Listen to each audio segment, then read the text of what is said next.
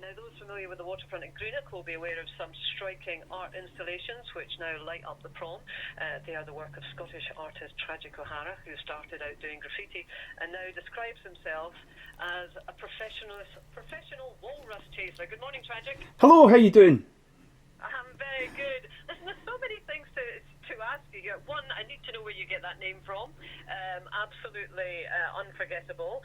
And we played a little clip of you earlier on saying that you're not used to being invited to, get involved in public art installations. That's kind of not where you come from.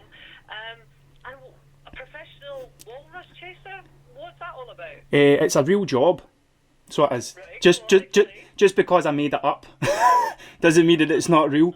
Basically, like in February, I wrote a job description for the job that I really want, and my job is, I see a very specific thing in my head when I listen to I Am the Walrus by the Beatles, and my job is to try and get that out of my head, which is where the sculptures kind of fit in, because that was a thing I'd never done before, a thing I'd managed to think up and then managed to make happen with none experience whatsoever.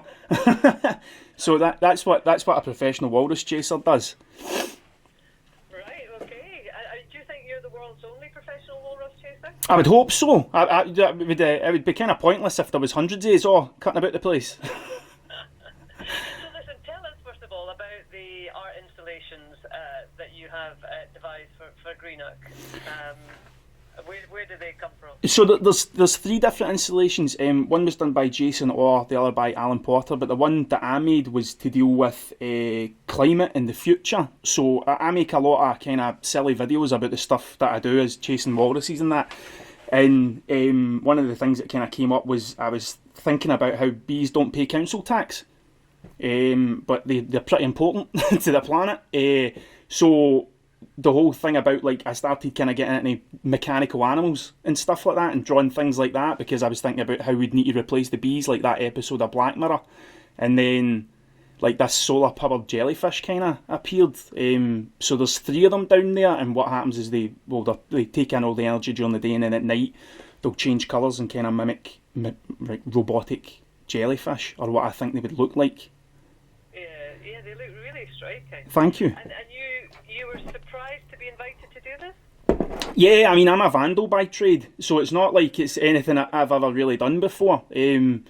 So it was something that was, I do a lot of community work, and I work with young people and stuff. So I was actually brought in to do the community bit and, like, speaking to the community and seeing what they want and, like, things that they would like to see appear in the place where they live. But they couldn't really find a third artist to take on this future thing, so I kind of managed to talk myself into it, and spent the last kind of 9 months navigating problem after problem and trying to figure out how to get these things up and in the air kind of thing.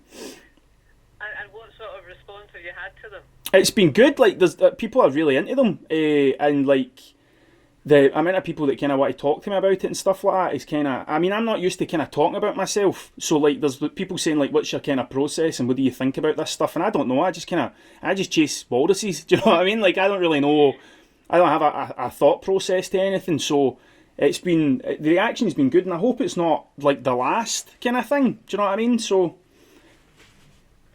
well, you say a vandal by trade. You started off doing graffiti, is that right? Yeah, I get into skateboarding when I was 14 and kind of never looked back. And like, I played music for years as well, but like the kind of writing on walls thing is kind of something that stayed with me. And then when I became a dad, I like kind of tried to make that my full-time thing, was like painting walls, and that kind of led me down this, like, what I'm doing now. Yeah.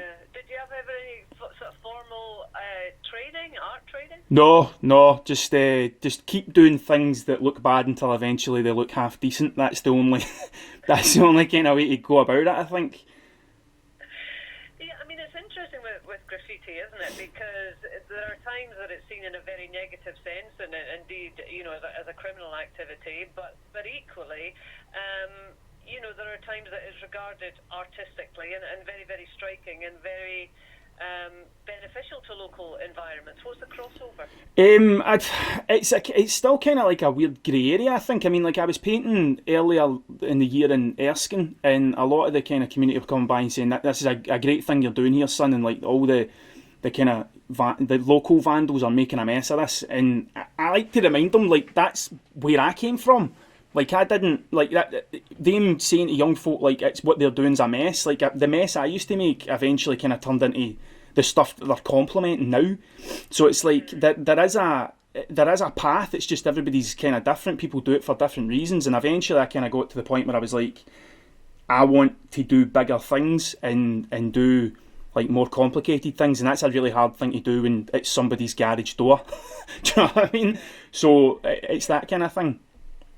But like you say, you've got to kind of start somewhere, haven't you? Mm-hmm. And it probably is doing something a bit dodgy on a wall that you really shouldn't be doing. Yeah, I mean, I'm from a Drawson. I'm from Ayrshire, so it's like there isn't a buzzing graffiti scene the same way there is in like some of the cities and things. So like there was only like 3 people I knew that done it, so it wasn't like a thing that you were really supported to do, and there wasn't anybody trying to get a legal space, or we were just kind of figuring it out as we went along, and then everybody kind of grew up, and I just kept doing the same silly things, and it eventually just kind of turned into what it's turned into now. Yeah, and I've got to ask you, where does that name come from?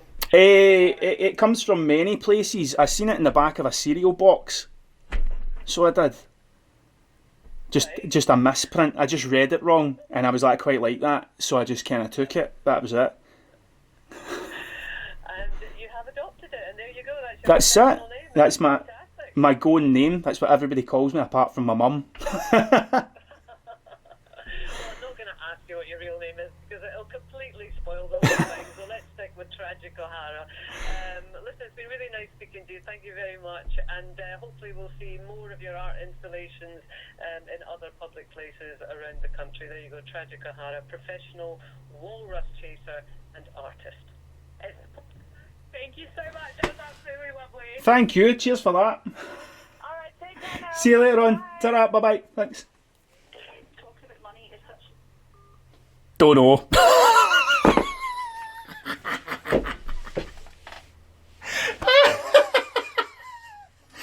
I can't believe I get in the radio, man. What?